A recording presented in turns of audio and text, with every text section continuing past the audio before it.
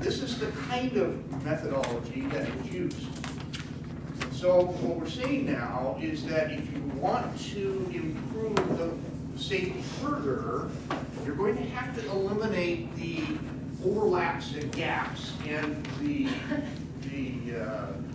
fighting in the minds of the operatives, namely the foreman, between how to do things safely and how to do all the other things we expect them to do. Okay? So if you can resolve all of those issues in a similar system to how we achieve ultra high levels of safety, then we're in a position where we can expect to improve the other systems as well, the other components of performance. Okay, so in doing so, let me give you another overview of this thing, because it's going to go deeper, and I'm generating a homework assignment for you to do that help you related to what your experience has been in the field. That was great. Okay, so we talked about industrial sources.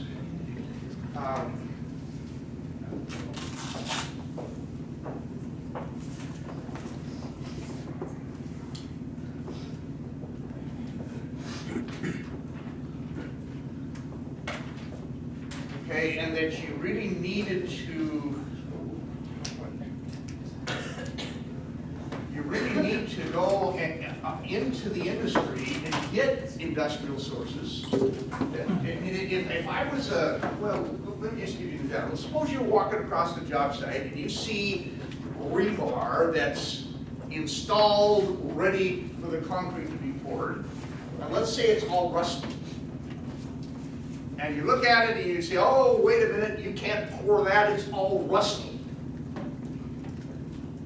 What's going to happen? Is rusty rebar a problem? Okay, elaborate. Probably won't perform as well as not rusty rebar. And if it's rusty, it probably won't meet the specifications or kind of the loading that the building was designed for. Okay, and so where did you learn that? Or did you just make it up for this class?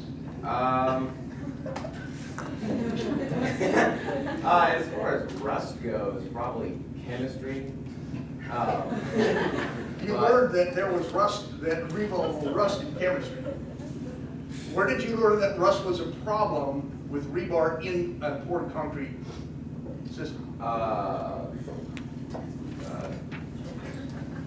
I never really learned it, per se. Okay, so does anyone else have a suggestion on rebar? Yes. Pre-rusted. What? Pre-rusted to stop corrosion. Pre-rusted to stop Yeah, you corrosion. should pre-rust metal, and then it won't rust anymore. It'll stop. Okay, there is an ASTM type of metal which actually rusts and then creates a coating that protects itself. When they first started doing that, it actually accelerated the rusting process and didn't protect itself, even though the testing had shown that it would. And huge losses occurred because the formulation of steel didn't work. They've since revised that, and now they do have rust protecting equipment, but that, or steel, but that's not rebar. They don't use that material in rebar. Okay, well, let me tell you this, since nobody seems to know. Rust is not only not a problem on rebar, it actually improves the bond between rebar and concrete. Unless, if and only if, it is not excessive rust. A light coating of rust versus flaking rust, okay? You let it go too long, and the reverse is true, okay?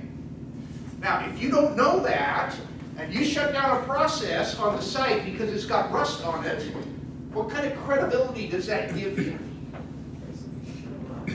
Not a lot, right? Okay, let's say on the other hand, you're walking across the job site, and you see a bunch of rebar, delivered rebar, standing in the mud. Or let's say just in the dirt, not mud yet. and you just walk by it, what does that say to people around you?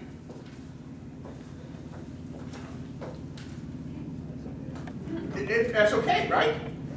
We haven't got a problem if we've got rebar sitting in the dirt. Is there a problem with rebar sitting in the dirt? Under what circumstances? Yeah, No concrete coverage up below the bar? excuse me? You can't have any concrete coverage below the bar if it's sitting on top of the dirt. Okay, so now we're talking installed. Yeah. If it's installed, for sure, it's gotta have clear cover, doesn't it? And usually that's what dimension? At least like 3 to an inch. About 3 inches. And that's clear cover, right? On the rebar. And why is that? Why do we need clear cover? Exactly. We need to prevent corrosion. We need to prevent the intrusions of salts that are in the soil into the concrete sufficiently that it destroys the chemical reaction that normally exists between the cement and the rebar that stops rusting from occurring. Because if rust occurs, it will cause the concrete to swell, right? The rust swells, it breaks the concrete, and it accelerates its own degradation, doesn't it? Okay? Now, as engineers, you've got to know that stuff, right? Okay, you still haven't answered my question. Let's say it's a bundle of bar, and it's just sitting in the dirt on the job site. They haven't installed it yet.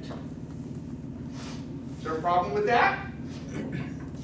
Yep. It depends if it's like muddy dirt, and it sticks to the bar, and you have a good chunk of mud surrounding the bar when you place it, then that like impacts how the concrete and the steel bind together, and it can decrease the effectiveness of the steel. Correct. Okay? Now you gotta know that kind of stuff, right? Because if you don't, if you're walking across the job site and you see it, and you know it's going to rain and nobody's paying attention, and you just let it sit there, then you've approved it, haven't you?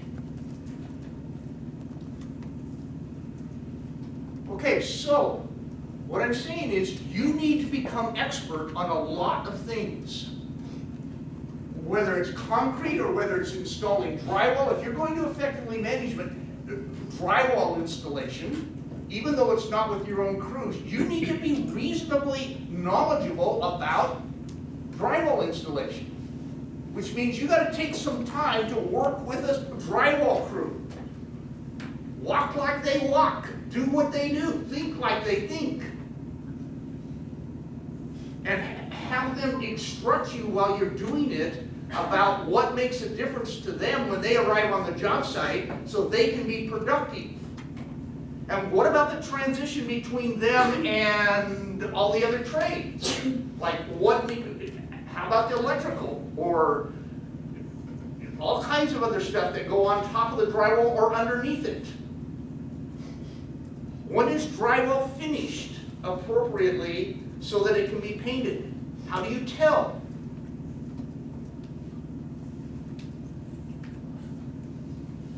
Okay, all of those things are going to be included in this kind of industrial experience and documents. And you need to become a broadly educated person about those issues.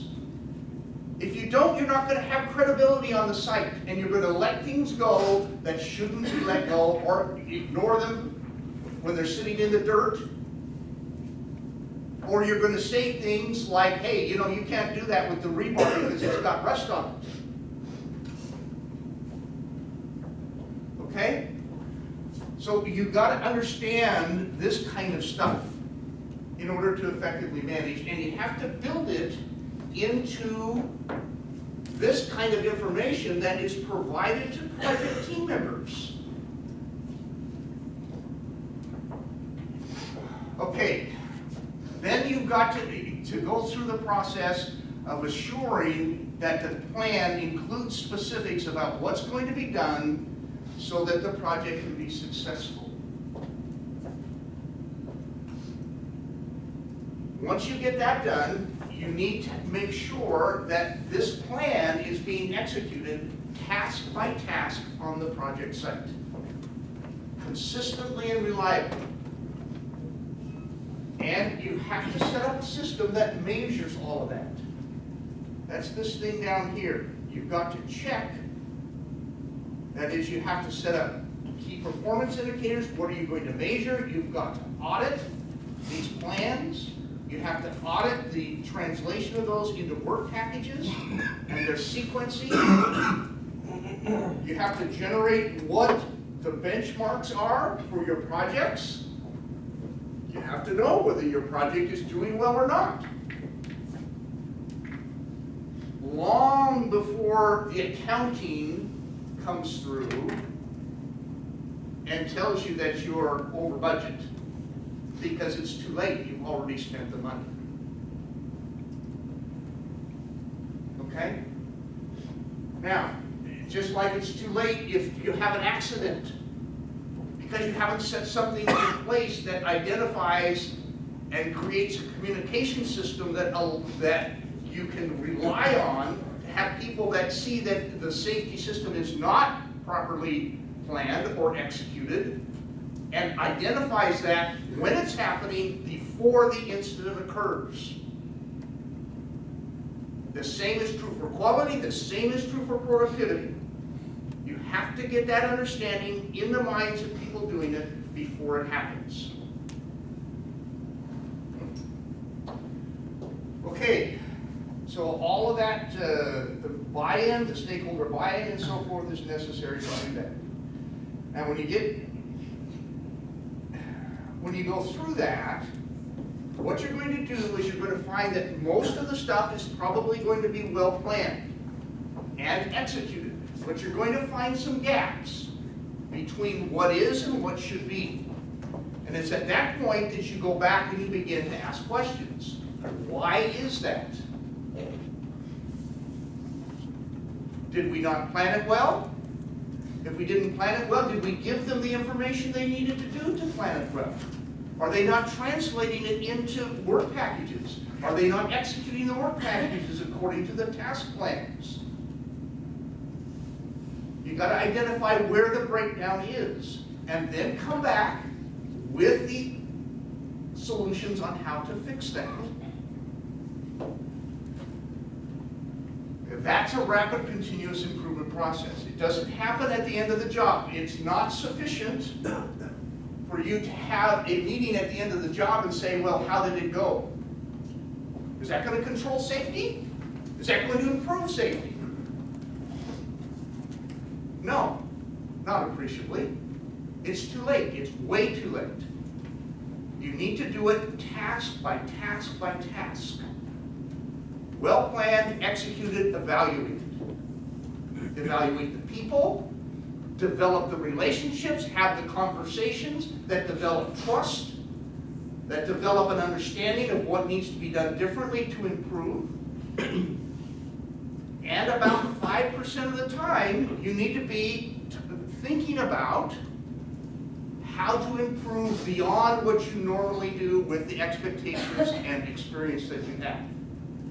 So that you can create a condition. Is it really funny? What's funny? You want to share it with the class?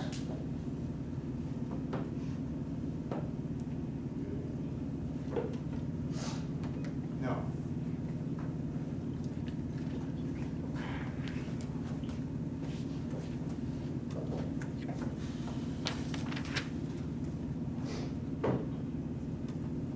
Okay. If you decide to improve something, you can do it because things are not as they should be according to the knowledge that you presently have. You also need to be concerned about getting a competitive advantage, continually improving whatever level of expertise your people can bring to the table. Now, in order to do that, you need to look to external sources. You've already built what you know into the things you're giving projects. If you expect to improve upon that, you've got to improve those processes. Whatever the experience base is you bring to the table to create that is not sufficient for next year.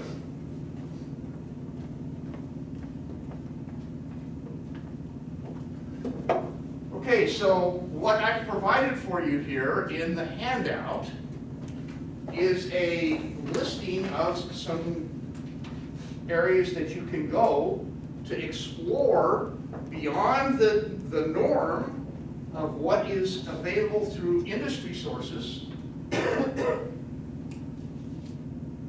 through the CII and the IPA groups, and into sources that have been effective in profoundly improving industry throughout the world. I wanted to discuss a little bit of those. You've got the list before you. How many people have heard of CII? One person heard of CII. 2 people heard of CII. Okay? This is the Construction Industry Institute. It is a division of the University of Texas in, what's the capital of Texas? Austin. It's in Austin, Texas. Okay? And it includes most of the large and a lot of the medium-sized contractors and the owners are in that organization. And they do research. They have published an extensive literature base on how to improve projects. And barely 10% of it is being used. It's a pathetic waste of resources and time. Because our industry is so blatantly overconfident that they're already doing the things that ought to be done, that they don't take the time, either they're too lazy or will not devote the resources to learn. And so you get the Exxons, you get the Chevrons, you get the Bechtels and all the big boys in there, and they have researched for years what needs to be done differently, and they don't even get this, what they determine to be done going consistently on their own projects. And I would contend that it's this kind of system that will enable that to occur, if it's going to occur. And there's another industry organization that's called the Independent Analysis Group. This is an organization that is hired by virtually every major oil company or chemical company or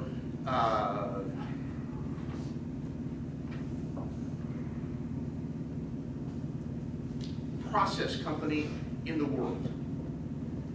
They are paid somewhere between $100,000 and $10,000 a project, depending on the project, just to collect performance on projects.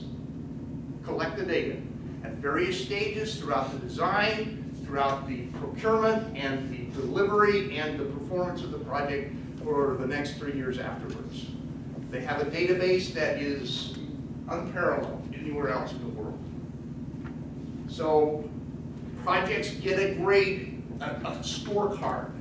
They're graded at the various times that they go through. These are projects probably on the order of 100 million and above, all over the world. The clients love them, the contractors hate them, because they're being graded. And the teams, the owners are extremely frustrated because the results of that grading is so pathetic.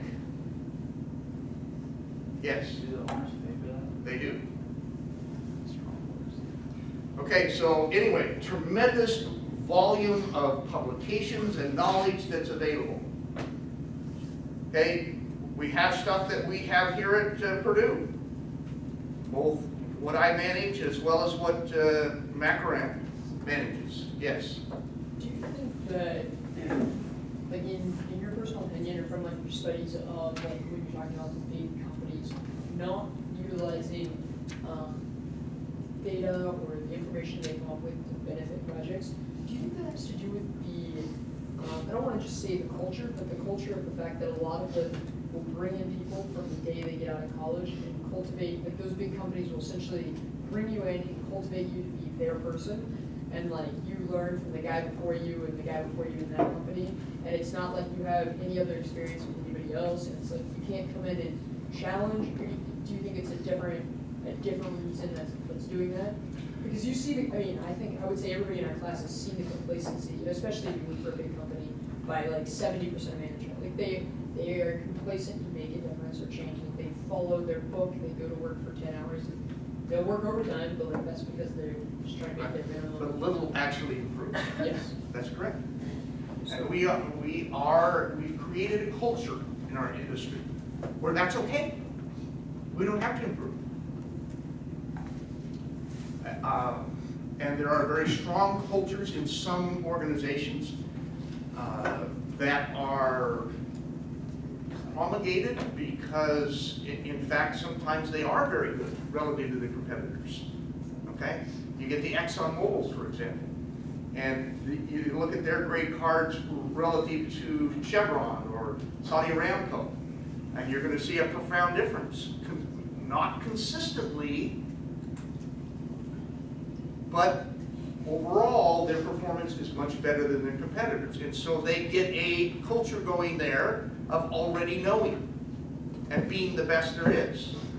Not realizing that there is an enormous opportunity for further improvement upon what they do. But you have to enter the conversation with the expectation that you can, in fact, improve.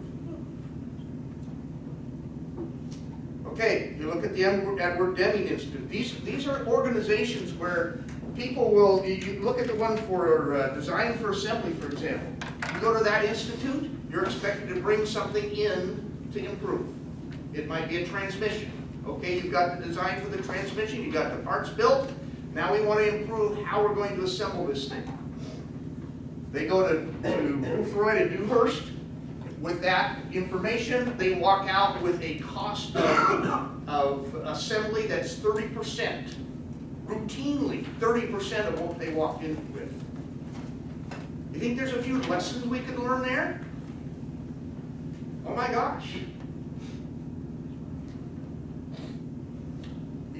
Don Clausey's House of Quality. This is quality definition and procurement at its best. You look at Six Sigma quality. We look at whole organizations here in Indiana, for example, that have been set up to establish quality. If you go and learn I'm happy to share with you, their books that are written, whole manuals that are written on how to improve quality. What you're going to find is this kind of a system being recommended and used in industry after industry after industry. And profound levels of quality achieved as a result of it. You look at factory physics.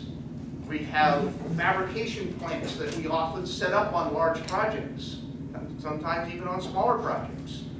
What are the principles on which that can be done very effectively? It's there. But you got to take some time. Now, again, if you look at the standard rule of thumb in industry, beyond our own, 5% of the time, people are expected to spend thinking about and working on how to improve something,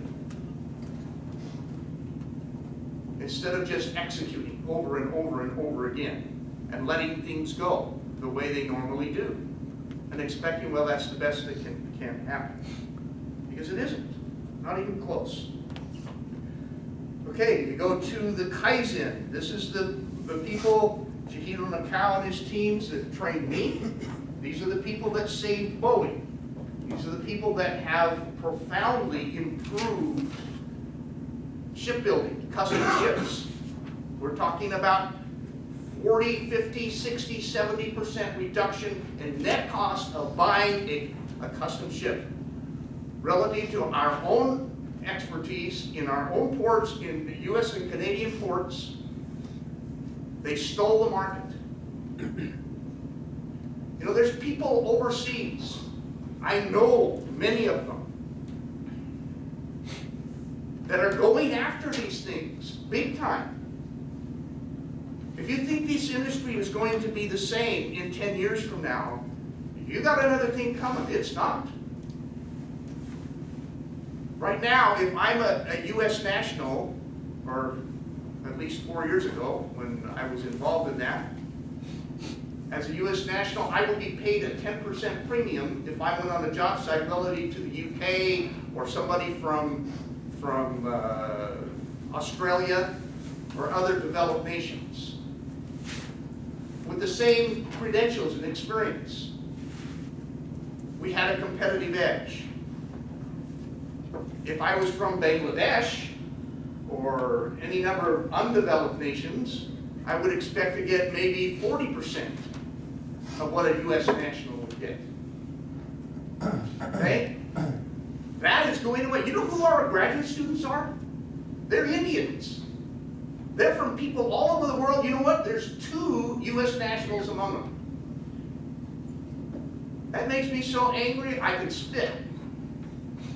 Because none of our people want to stick around and get a master's degree. They think they're going to know when they leave this program on how to compete on the world market, and they're not. Yeah.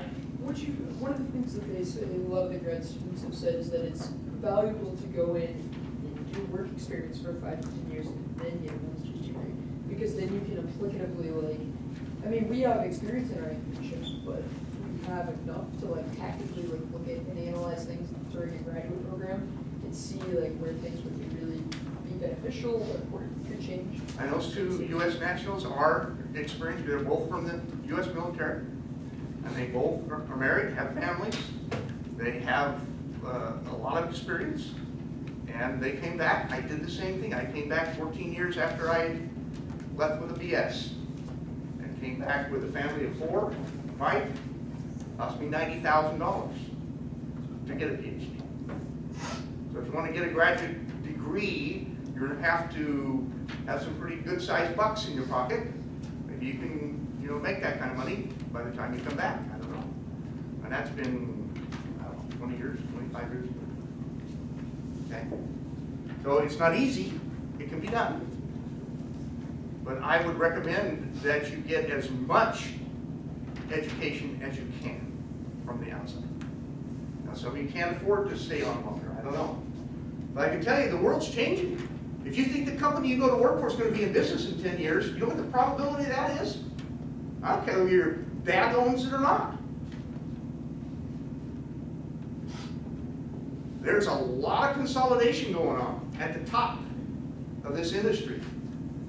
The 2, 3 of the largest contractors on the planet have been bankrupt. At least once, some of them twice in the last 10 years. A decade ago, you could have bought Bechtel for a song. Any reasonable offer.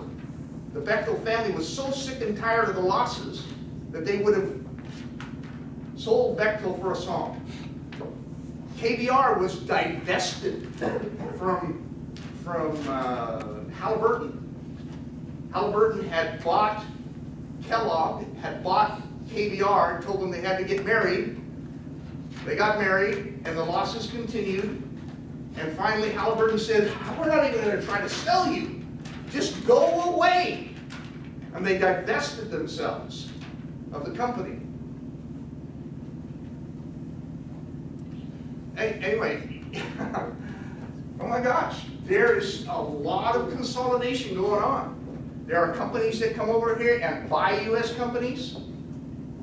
And a lot of the executive management are let go because they don't get it. They don't get it at all. They think they can sit on top of the heap and keep getting work if they don't improve. Well, it's not going to happen. If that's your attitude, you're going to find out you're looking at from the outside in saying, what the heck happened? And these are the kind of sources that if you take the time to learn from, there's enormous value there. Okay, well, anyway, that's a gift. Okay, once you identify what things have to be done in the creation of the manuals and so forth that you need to control projects, you have to break that down and assign it out to those that